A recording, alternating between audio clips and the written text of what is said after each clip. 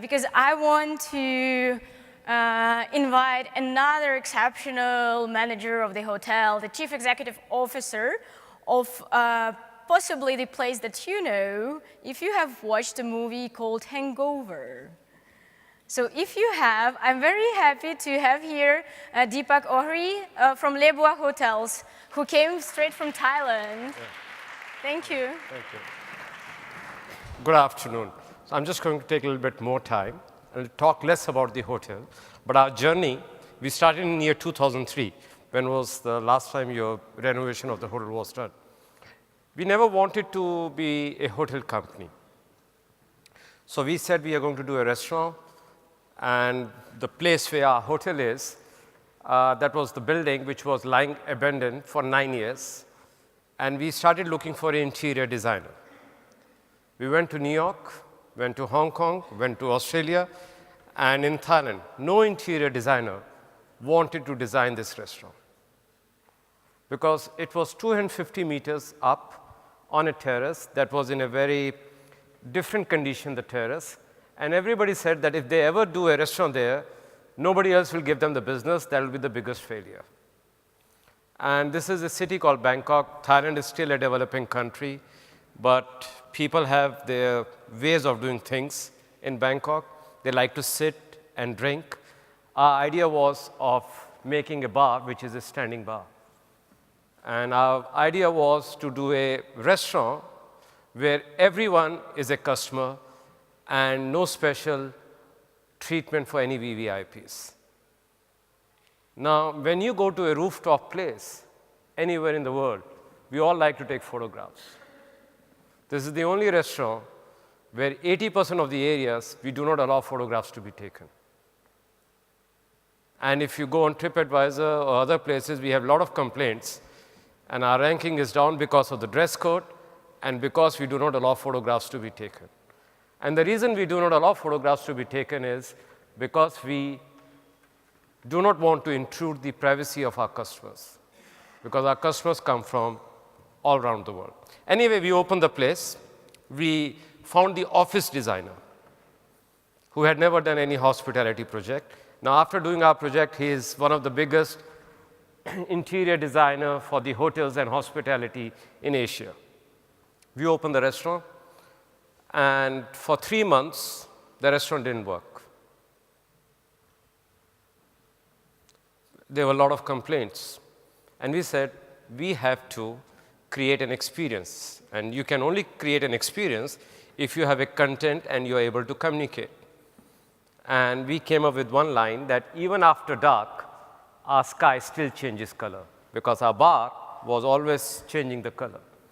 And that day and today, we never looked back. When we submitted the budget to our investors and our partners and our owners, the budget for one-day revenue was $1,000. For a restaurant, everybody laughed. Now, I'm talking about only one restaurant. Today, that restaurant does $30,000 per day in a revenue, keeping in mind 4 months the restaurant cannot operate because of the rain.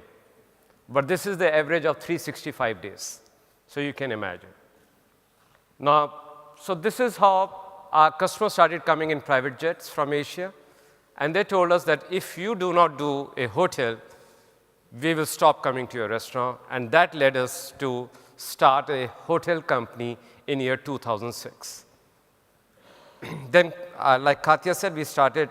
This Hangover 2 came. We didn't do anything for Hangover Part 2 movie. They approached us. But the only thing we did, and that's what we are going to come, and that's how we are famous, the only thing we did, we are the first hotel company in the world, ever. After what we did, Hyatt Hotels signed a $100 million contract with Paramount Studio. So we are the first hotel company to ever do a market alliance with Warner Brothers or any film production house in US. Meaning if in US, in Australia, and in India, wherever they're going to talk about Hangover Part 2, they have to put a logo of Le Bois. Now, we started these things with a dream. My beginnings are very, very humble. I don't want to talk about that, but just to let you know, it's very, very humble. I went to the school, but I hardly entered the class because I always like to watch movies. Okay? That time was Bollywood movies, now I watch Hollywood movies. And that's where the inspiration of designing these places come. That's where the inspiration of communicating to the customers come. Because in today's world, in Asia, in Europe where I'm talking, and where I am right now, Paris is a big city, is a fashion city. There are a lot of great craftsmen, there are a lot of content, but now as the world is expanding and the globalization is taking place, we see that content and the marketing still stays in Europe, but the craftsmanship is moving towards China or other parts of Asia where things are getting developed. I'm not a big fan of information technology. My team is taking a video for me. I'm against videos being taken. I'm against our customers to be mentioned on Facebook, Instagram. But like a CEO, I don't have much say. I have to listen to them also. Otherwise, nobody will work for me. But what we're doing now, we're opening a bar. And what we are doing is we are using augmented reality.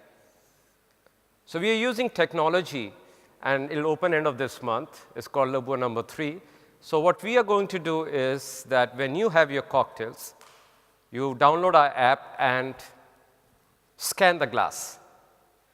And you will have some great characters coming and explaining you on your screen how the cocktail is made. So we are using augmented reality to enhance the customer experience. How we are able to do things in creating a luxury is create an experience, give the right of equality to all the customers, irrespective of the fact whoever it is, never close the restaurant for any private function. At one point of time, I can't disclose the name, actually twice we got 2 billionaires who wanted to pay a tune of $1.5 to $2 million per evening to close the restaurant. We didn't. We refused to close the restaurant because you close your restaurant one day for $1.5 or $2 million, you are turning away 800 customers who will go and talk to another 10 customers, meaning 8,000 customers, that, I went there, but the place was closed. So it took us a lot of time. If I have to, in a nutshell, say, we are in hospitality business, but in reality, we are a marketing company which happens to be in a hospitality business. We do 2,000 customers every day, 800 customers every day we are turning away. We have only 3 restaurants, 4 bars. That's what hotel is separate. So we are getting 1,200 customers who we are catering to on a daily basis. Shivas is a company we all know, a whiskey company, has never created a whiskey for anyone. They have created a blend for us. Forbes wrote about us. We have an 18 square meter champagne bar. In that champagne bar, we sell one particular champagne called Perrier-Jouet Belle Époque Blanc de Blanc. We sell more than whole of Singapore, including duty-free. 18 square meter bar. So how and why these customers are coming? Because we take extra length and extra pain to understand them, to create experiences for them, go extra length to bring the experiences to them which are very difficult to get, give them a story. Now, I'll just give you a small example how we create the stories, and we create a story on facts. Everywhere you go in the world, you want to eat a caviar, they're going to give you a shot of vodka with that. Am I right? When you eat caviar, they will give you vodka along with that. Does anyone know why? Anyone here knows why vodka is given along with the caviar? Yeah, but why? During World War II, when the Russian army would go in train, they will take a lot of vodka with them because they like drinking vodka, and it's like put a lot of ice. And they thought that maybe when they're drinking vodka, they should have some caviar, so they'll put a bowl of caviar on top of those wooden crates. So everybody in the world thought that vodka goes well with caviar. Actually, when you drink vodka, this tongue gets numb. Try it. Then you have no taste. then how are you going to enjoy a caviar with vodka? We serve that along with rosé champagne. So these are the stories. This is one of the examples I've given because I have very limited time, because she is sitting here with a bell. Okay. So I have a very limited time. So there are a lot of stories which we take and we bring it to the people. Now, there are certain wine producers, there are certain champagne producers. Some of them even give wines or champagne to rich people by quota, like 8 bottles a year. We bring these people to our place. Not only they supply us the wine, but they do label for us. So this is the kind of experiences we're trying to create for our customers in Bangkok. Like in India, the market is still very developing. I don't know how many of I have from India. I'm from India. So the food and beverage market is still not very mature. So we go a boutique hotel route. So our whole thing is not that all Le Bois hotel has to be tall, or all Le Bois hotel has to be this many rooms. Our whole DNA of the organization is in creating and enhancing customer experience, taking a luxury to a new level. And luxury is not expensive at all. I come from a country where, I give you an example of Colgate-Palmolive. Even today in India, Colgate-Palmolive, 60% profit comes from 30-cent sachet, the toothpaste sachet. 60% of Indian population still stays in villages. When these people saw this toothpaste sachet, they had never seen a toothpaste. That is a luxury for them. When it comes to price, it's no more a luxury. But when it comes to an experience, then it is a luxury. So price tag is not something that will tell you that it is a luxury.